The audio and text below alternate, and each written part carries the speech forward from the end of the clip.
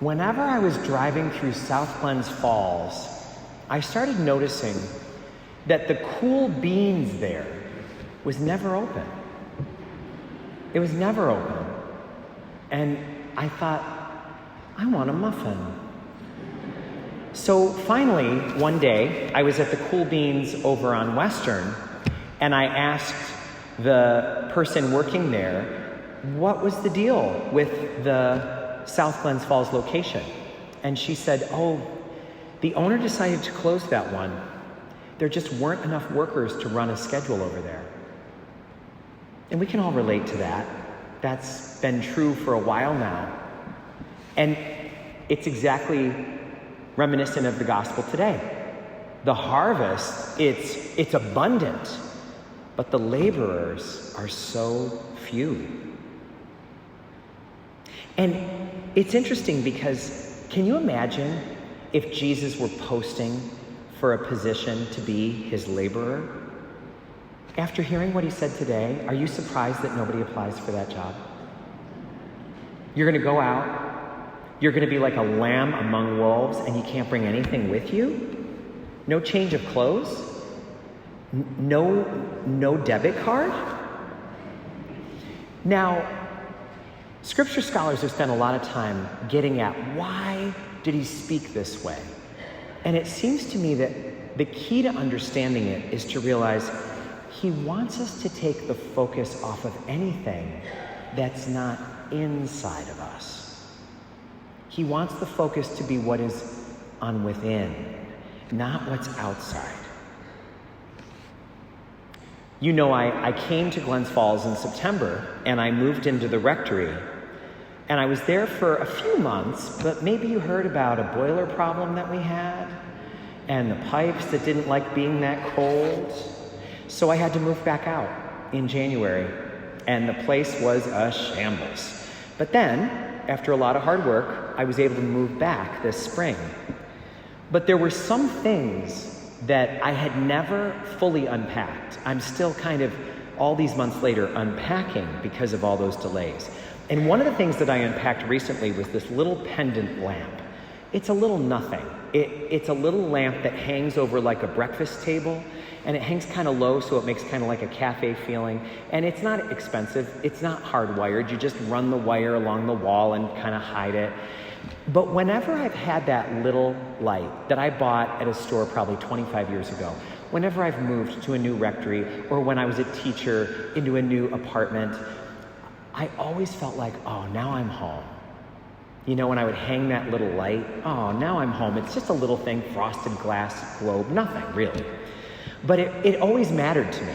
And so this week, on Monday morning, Gary, our operations manager, told me, I've got some workers coming. Do you want them to do anything upstairs? I said, I'd love them to hang my little light, because my little light says, I'm home. And he goes, well, show me how you'd like it hung. So I was up there, and I was showing him this thing, and I was telling him the story. I've had this 25 years. It's really nothing, but I don't know why. It means a lot to me. So I was hanging, and I was showing him where I wanted it, and it fell out of my hand.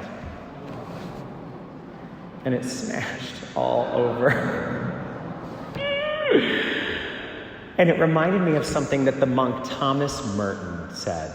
By the way, thank you for that reaction. I appreciate it. Because you know, right? You know what that feels like.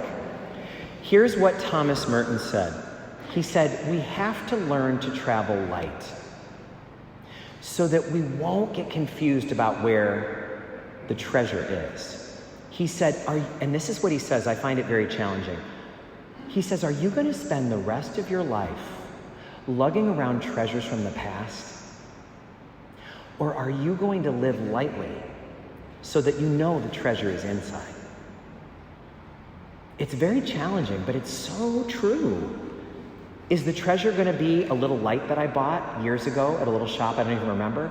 Or am I going to know that I'm home wherever I am because God went ahead of me there and is with me in the journey? There's a story that's often told about a little monk who lived on the edge of a town. And he had a little cabin that was on the hillside overlooking this village. And people just loved having him there. It made them feel blessed to feel like they were watched over by this monk. He didn't mix with them much because, he was a monk. He wasn't going to do that. But he liked being near them, and they certainly liked having him there. One day the villagers saw smoke rising from the area where his little cabin was, and they ran up there. They were so afraid that something happened to the monk, and when they got up there, sure enough, his little cabin was burning down. And there he was, sitting over on a rock not that far away, watching the cabin burn. And they went up to him, and they thought, everything he owns is in there, and it's almost nothing.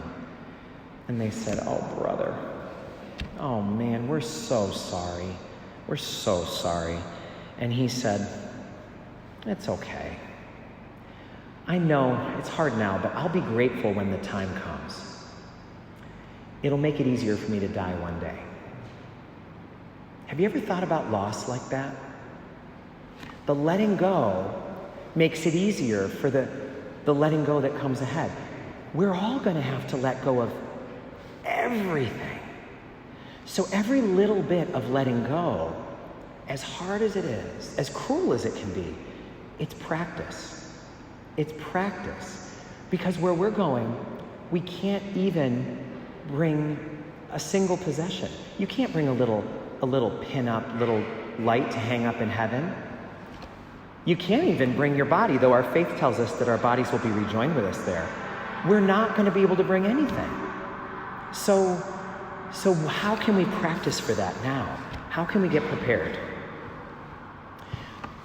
I found a little table with drop leaves that open up, just a little tiny table. It was at a garage sale years ago in Albany. And in my last rectory, that was my prayer table. Every day I had a little cushion, I would sit on the ground, and I had a little icon of Jesus and a candle, and I would put, sometimes when I would be driving, I'd see wildflowers. In the places that I've served, it's always been beautiful. Oneonta, we've got some guests here from Oneonta today. It's beautiful there. I was in the Hudson Valley after that. It's beautiful there. So I keep usually a coffee cup in my car with water so I can cut wildflowers if I see them by the side of the road and put them on my little prayer altar. It was just a lovely little thing. So it was very important to me when I was moving to Glens Falls that it be really well cared for. So I wrapped it in bubble wrap, and I had it all careful, and I had them loaded on the truck. I watched them as they loaded it, and then they brought it here and they unloaded it, and there it was, all wrapped safely. And then I unwrapped it, and I realized that it had split right down the middle along the wood grain. And I wanted to cry. But there's the invitation. Do I have my prayer life, which is all going on in here, do I have that mixed up with a table that's over there, or could be left outside? Do I confuse my prayer life with my prayer table? Because the real treasure of prayer is not the table, it's going on in here. And that's the invitation that loss provides for us. So this week we're being offered an interesting question. What is it outside of me that I've convinced myself I need? What do I think I need that I could not live without, that I actually don't?